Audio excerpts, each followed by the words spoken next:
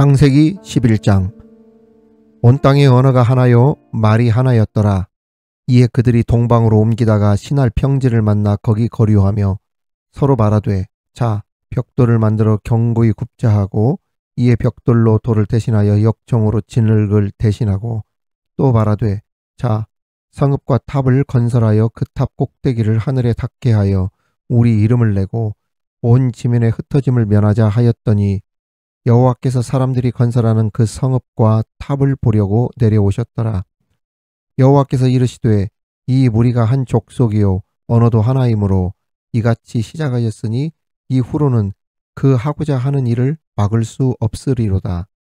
자, 우리가 내려가서 거기서 그들의 언어를 혼잡하게 하여 그들이 서로 알아듣지 못하게 하자 하시고, 여호와께서 거기서 그들을 온 지면에 흩으셨으므로 그들이 그 도시를 건설하기를 그쳤더라. 그러므로 그 이름을 바벨이라 하니, 이는 여호와께서 거기서 온 땅의 언어를 혼잡하게 하셨음이니라. 여호와께서 거기서 그들을 온 지면에 흩으셨더라. 셈의 족보는 이러하니라. 셈은 100세 곧 홍수 후 2년에 아르박삿을 낳았고, 아르박삿을 낳은 후에 500년을 지내며 자녀를 낳았으며, 아르박삿은 35세에 셀라를 낳았고, 셀라를 낳은 후에 403년을 지내며 자녀를 낳았으며, 셀라는 30세에 에벨을 낳았고, 에벨을 낳은 후에 403년을 지내며 자녀를 낳았으며, 에벨은 34세에 벨렉을 낳았고, 벨렉을 낳은 후에 430년을 지내며 자녀를 낳았으며, 벨렉은 30세에 르우를 낳았고, 르우를 낳은 후에 209년을 지내며 자녀를 낳았으며, 르우는 32세에 스룩을 낳았고, 스룩을 낳은 후에 207년을 지내며 자녀를 낳았으며, 스룩은 30세에 나홀을 낳았고, 나홀을 낳은 후에 200년을 지내며 자녀를 낳았으며, 나홀은 29세에 데라를 낳았고, 데라를 낳은 후에 119년을 지내며 자녀를 낳았으며, 데라는 70세에 아브람과 나홀과 하란을 낳았더라. 데라의 족보는 이러하니라. 데라는 아브람과 나홀과 하란을 낳고, 하란은 롯을 낳았으며, 하란은 그 아비 데라보다 먼저 고향 갈레아인의 우르에서 죽었더라. 아브람과 나홀이 장가들었으니 아브람의 아내의 이름은 사레며 나홀의 아내의 이름은 밀가니, 하란의 딸이요 하란은 밀가의 아버지이며 또 이스가의 아버지더라. 사레는 임신하지 못함으로 자식이 없었더라. 데라가 그 아들 아브람과 하란의 아들인 그의 손자 롯과 그의 며느리 아브람의 아내 사레를 데리고 갈대아인의 우르를 떠나 가나안 땅으로 가고자 하더니 하란에 이르러 거기 거류하였으며, 데라는 나이가 205세가 되어 하란에서 죽었더라.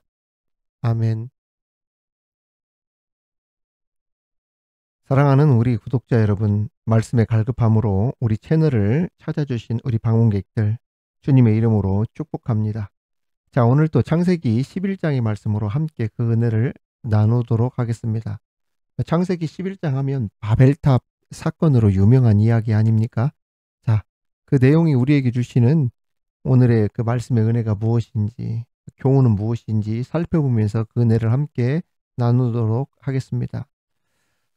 타락한 인류에 대한 하나님의 심판으로 대홍수를 경험한 인간은 노아 이후로 죄에 대한 심판을 의식하면서 대홍수의 무서운 심판에 전철을 밟지 않기 위해서라도 하나님 앞에 겸비하고, 그리고 하나님께 순복하는 삶을 살았어야 마땅했습니다.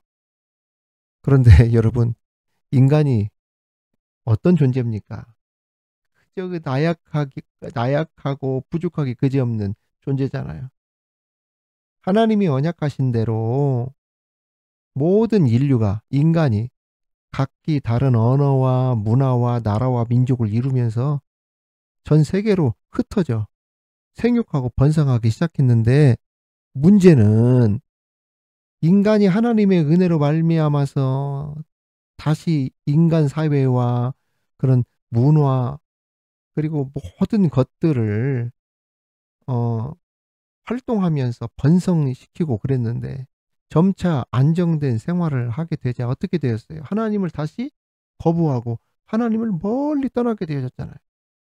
즉 하나님께서 생육하고 번성하여 땅에 충만하라 하신 것과는 반대로 야, 우리 흩어짐을 면하자. 우리의 이름을 내자. 그래서 바벨탑을 쌓기 시작했던 것입니다. 이 바벨탑은 하나님의 주권과 권위의 도전장을 낸 행위로 인간의 그릇된 야망에서 시작된 교만과 허영의 이 부정적인 부산물이었어요. 교만과 허영의 소산이었단 말입니다. 이에 하나님은 본래 하나였던 인류의 언어를 혼잡하게 만드시고 바벨탑 건축을 중단시키셨어요. 그리고 모든 인류를 전 세계로 온 땅으로 다 흩어지게 만드셨죠. 아무튼 이 바벨탑 사건은 죄로 오염된 인간의 부패상과 죄의 심각한 결과가 어떻게 찾아오는지를 잘 보여주는 그러한 장이라고 할 수 있습니다. 그렇다면 구체적인 영적인 교훈들이 무엇이 있는지 우리 함께 살펴보도록 하겠습니다. 첫 번째 우리에게 주시는 교훈은 인간의 죄성은 그 뿌리가 매우 깊어서 이 세상에서는 그 어떤 방법으로도 죄의 문제를 해결할 수가 없다. 그 교훈을 우리에게 가르쳐 줍니다. 이 본문에 기록된 바벨탑 사건은 대홍수 사건 이후에 발생한 또 하나의 큰 사건으로 인간의 교만과 허영 그리고 하나님의 명령에 대한 불순종이 어우러져 만들어낸 추악한 죄의 합작품과 같은 그러한 사건이었어요. 이게 바벨탑 사건입니다. 아담도 결국 하나님과 같이 될 수 있다고 했던 그 교만함과 불순종으로 아담이 무너졌지 않습니까? 그 아담의 죄성이 사라졌어요? 그렇지 않아요. 그 아담의 죄성이 어디에서도 재현되고 있다. 바벨탑 사건에서도 그대로 재현되고 있음을 우리가 볼 수 있습니다. 대홍수 심판이 지난 지 얼마나 되었다고. 금세 바벨탑 사건이 또 터졌던 것이지요. 하나님의 그 무서운 죄에 대한 심판을 인간들이 직접 보고 경험했음에도 불구하고 세월이 그렇게 오래 흐른 것도 아닌데 세월이 그 조금 흘러 홍수 심판의 흔적이 사라지고 그들의 생활이 좀 더 안정되어져 가고 정착지도 생기고 거주지도 생기고 농사도 짓고 목축업도 하면서 자리를 잡아가자. 뭐에 대한 두려움이 사라졌다. 심판에 대한 두려움이 사라지면서 또다시 죄 가운데 들어가기 시작했던 것입니다. 그러니까 아담 이후로 새겨진 인간의 죄성이 얼마나 인간의 그 본성에 뿌리 깊게 들어있는지를 알 수 있습니다. 우리 속담에 사람은 고쳐 쓰는 것이 아니다 라고 하는 이 말이 실감이 날 정도로 우리에게 보여준 사건이 바로 이 바벨탑 사건이었던 거예요. 그 죄성이 얼마나 강력하고 그 죄성이 얼마나 무서운지 아무리 큰 하나님의 징계를 받는다 하더라도 금세 하나님의 무서운 심판을 망각하고 또다시 큰 죄를 범하게 되는 것입니다. 굳이 길게 설명하지 않아도 이에 대해 성도들조차 인간의 뿌리 깊은 죄성을 수도 없이 느낄 것입니다. 금방 회개하고 돌아서서 동일한 죄를 범하기 일쑤인 것이 우리 인간의 바로 나의 여러분의 연약함이라는 것이죠. 실로 예수 안에서 성령으로 거듭났음에도 불구하고 우리가 이 세상 사는 동안에는 그 어떤 영향력, 죄의 영향력 아래에서 완전히 벗어날 수가 없고 그 죄의 본성이 순간순간 성령의 힘으로 제어하지 않으면 순간순간 죄의 유혹에 넘어가 죄를 지을 수밖에 없는 것이 연약한 바로 우리들이라는 이야기예요. 그래서 성령의 충만함을 받으라. 성령 충만하자라고 한 것이죠. 오죽했으면 바울조차도 그 로마서에서 고백할 때 뭐라고 고백했습니까? 오라 나는 공고한 사람이로다. 이 사망의 몸에서 누가 나를 건져내랴. 이렇게까지 이야기했어요. 그 죄성이 얼마나 강력했는지 그렇게 고백했단 말입니다. 이처럼 성도들이 이 세상 사는 동안 죄의 영향력에서 벗어날 수 없는 것은 비록 그 영혼이 거듭났다 할지라도 우리의 육체, 우리의 몸은 여전히 죄로 오염된 그 죄성, 죄의 본성이 우리 속에 남아있기 때문에 그러는 거예요. 즉, 거듭난 성도들이 이젠 선을 행하고 하나님이 기뻐하시는 일만 해야지 이렇게 하지만 죄로 오염되어 있는 연약한 육신의 충동이 순간순간 죄로 넘어가게 만든다는 이야기입니다. 따라서 우리들이 완전히 죄에서 분리되는 순간은 언제인 줄 아세요? 우리가 완전히 죄에서 분리된다. 언제일 것 같아요? 우리의 육신이 죽는 날입니다. 그럼에도 불구하고 우리가 이 세상 사는 동안도 충분히 죄를 이기고 시험과 유혹을 이길 수 있는 방법이 있는데 그 방법은 뭐냐? 인간의 뿌리 깊은 죄성을 직시하여 그러한 죄가 활동하지 못하게 누구의 도우심을 입는다? 성령의 도우심을 힘입어서 우리의 속사람, 우리의 내면으로 하여금 무엇으로 충만케 한다? 거룩한 영, 성령으로 충만케 하는 거예요. 그러니까 빛과 생명이 우리 안에 성령 충만함으로 거하게 해서 우리 안에 있는 어둠의 영이 떠나게 만들고 죄로 오염된 육체를 끊임없이 하나님 말씀 아래로 복종시키는 것, 그 길 밖에는 죄를 이길 수 있는 방법이 세상에 없습니다. 노력한다고 의지를 가진다고 해서 죄가 이겨지는 게 아니에요. 물론 사람의 의지도 중요하지만 궁극적으로 우리 속에 있는 이 죄의 본성을 누르고 그리고 억제하고 이것을 소멸시키고 이것을 파괴하고 이기게 만드는 힘은 거룩한 성령이 우리 가운데 들어오셔서 그 빛과 생명이 우리 가운데 있는 어둠의 영을 몰아내는 것.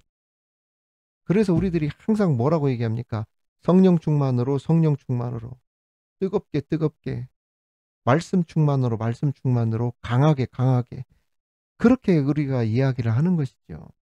구독자 여러분 그리고 말씀을 듣는 우리 성도들이 정말 이러한 말씀대로 주님을 만나는 그날 이제 죄와 우리 육신이 완전히 분리가 되는 날까지 순간순간 이 세상 살아가면서 사죄의 은총을 간구하면서 예수의 이름으로 거룩함을 힘입어 살아가는 성령 충만한 믿음의 성도들이 되시기를 주님의 이름으로 축원합니다. 두 번째 우리에게 주시는 교훈은 성도들은 한마디 말을 하더라도 그 의도가 선하고 그리고 건설적인 말을 하기에 힘써야 된다는 이야기입니다.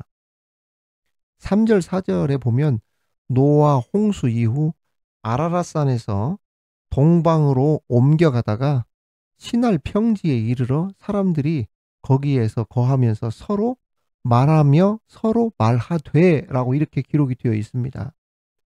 서로 말하되라고 하는 뜻을 히브리 원어 성경에 보면 이렇게 되어 있어요. 잘 들어보십시오. 서로 뜻을 같이 하는 동료들이 바벨탑 쌓는 일에 의견이 일치했고 이를 추진하는 데 있어서도 함께 힘을 모으는 동료 의식을 같이 했다. 히브리 원어 성경에 이렇게 나옵니다. 이 뜻이 확실한 이유가 바로 뒤에 나오는 단어지요. 서로 말하되 자라고 하는 단어입니다.